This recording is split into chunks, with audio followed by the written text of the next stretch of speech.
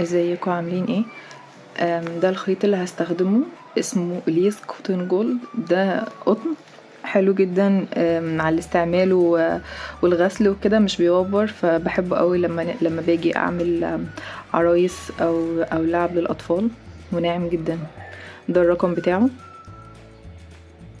اهو، عشان لو حد عايز يجيب نفس الدرجة بالظبط. هنا بيبقى المقاس بتاع الإبرة دي التركو، وده الكروشيه اللي احنا بنستخدمه، مكتوب من 2 ل4، يعني احنا المفروض نستخدم إبرة من رقم 2 لرقم 4. غالبا بتبقى الإبر الألمونيوم، الإبر الستانلس اللي هي بتبقى ملونة. بس كده، دي المعلومات كلها. وهنا الغسل والكوي وكل حاجة ليها علاقة بالخيط اهو، 55% قطن و45% اكريليك. فهو حلو جدا، بحب استخدمه ومريح جدا في الشغل، وبيعيش، يعني الحاجة مش هتعمليها وهتبوظ او كده، لا يعني حلو جدا. ده الخيط اللي هستخدمه. لما تيجوا تستخدموا الخيط، انا هشتغل على فتلتين. يعني احنا تقريبا هنستعمل، لو هتشتغل على فتلة واحدة ممكن تستعملوا 3 بكرات من الخيط ده. لو 3 شلات بنقول عليها شلة، لو تستعملوا على فتلتين هتحتاجوا اكتر، يعني مثلا ممكن 4 مثلا، يعني مش زيادة كتير يعني. اجيب من جوه هنا، ودايما مش بتظبط، يعني لو مطلعتش معاكم الخيط ده من اول مرة ما تحاولوش، لانه بيتلخبط بعد كده. بشتغل على فتلة من جوه وفتلة من بره، اللي هي الفتلة الأصلية بتاعته، هو ليه طرفين الخيط، من هنا أو من هنا. طلعوا الطرف التاني، واشتغل على فتلتين. وممكن بما اننا هنجيب كذا شلة نشتغل، يعني شوفوا الكلكيعة اللي طلعت دي ساعات بتطلع اكتر وبتبقى من النص ومش بتظبط خالص، وبتخلي الخيط يتلخبط كله. فبما اننا كده اصلا هنجيب كذا شلة، فعادي اشتغلوا بفتلتين من شلتين مختلفين، يعني مش من واحدة بس وتطلعوا من النص كده. انا بمسك الطرفين دول كده وبتعامل معاهم على انهم طرف واحد، مش بفرق بينهم يعني، فالحجم الحاجة بتطلع اكبر. بس كده. هبدأ دلوقتي في الراس. هو الراس والجسم هيبقوا متصلين ببعض. هعملهم باللون الاخضر برضو على فتلتين، لان انا كل الخيوط شغالين فيها على فتلتين. اول حاجة الراوند الاول 6 سنجل كروشيه ان ماجيك رينج، 6 حشو جوه دايرة سحرية. همسك الطرف الطويل بايد اليمين والطرف القصير بايد الشمال، وهلف كده، هعمل هنا اكس، وهيبقى الناحية التانية خطين كده اهي اهي. وهدخل من تحت اول واحدة، اخد تاني واحدة واخرج بيها كده، واخد دي لورا طويل والف سلسلة كده. دي الدايرة السحرية، هدخل فيها 6 حشو. 1 2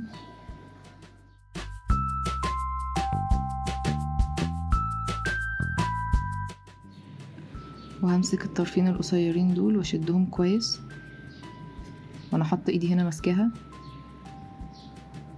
قفلت اهي كده. خلصنا الراوند الاول،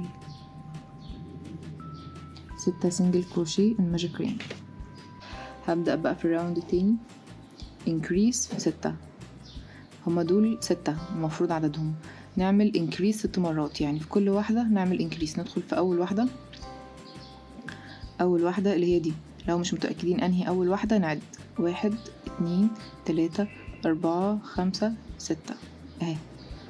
ندخل فيها نعمل انكريس تزويد، ندخل فيها مرة 1، ندخل فيها مرة كمان 2، ونعلم اول واحدة.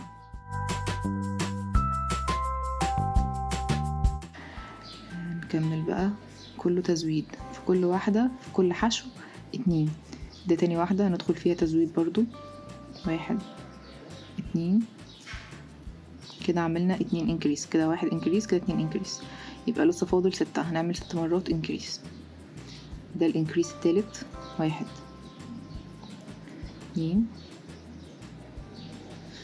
الانكريس الرابع 1 2 تزويد الخامس 1 2 السادس 1 2. خلصنا السادس مظبوط، وقفنا عند اول واحدة. هنبدأ دلوقتي الراوند التالت. 1 سنجل كروشيه انكريس.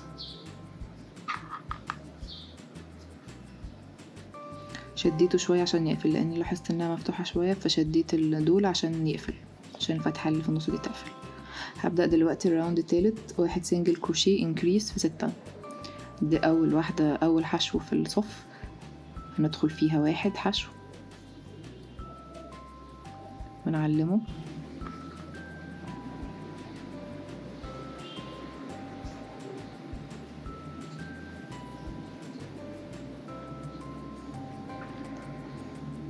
وبعدين 2 حشو انكريس، وبعدين انكريس 1 2، وبعدين نعمل حشو.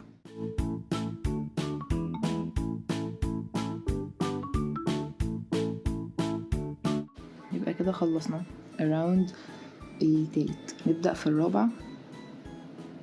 هنشيل العلامة ونعمل 2 سنجل كروشيه انكريس في 6. العدد النهائي 24.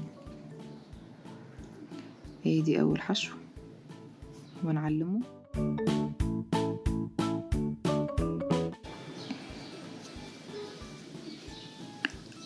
تاني حشو انكريس تزويد. اول حشو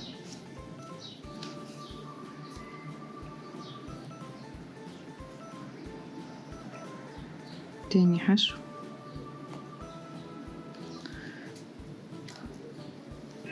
تزويد، ونكمل الصف باقي بنفس النظام.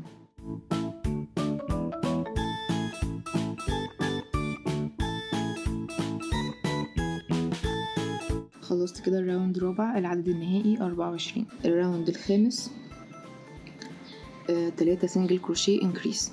العدد النهائي 30. 1 ونعلم 2 3 تزويد.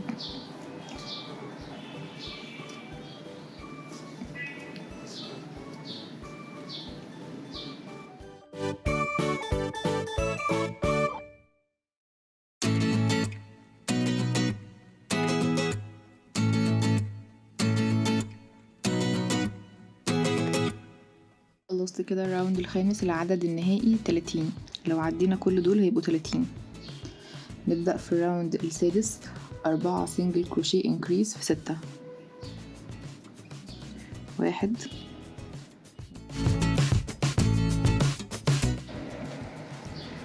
2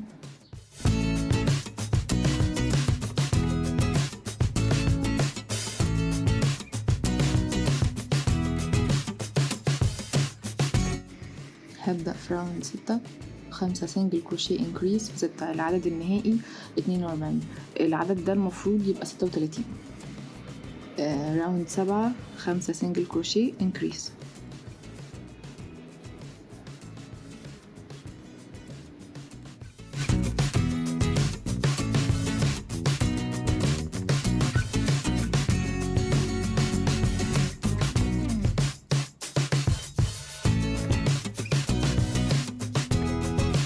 خلصت كده الراوند السابع. هنبدأ في الثامن. 6 سنجل كروشيه انكريس. 1 2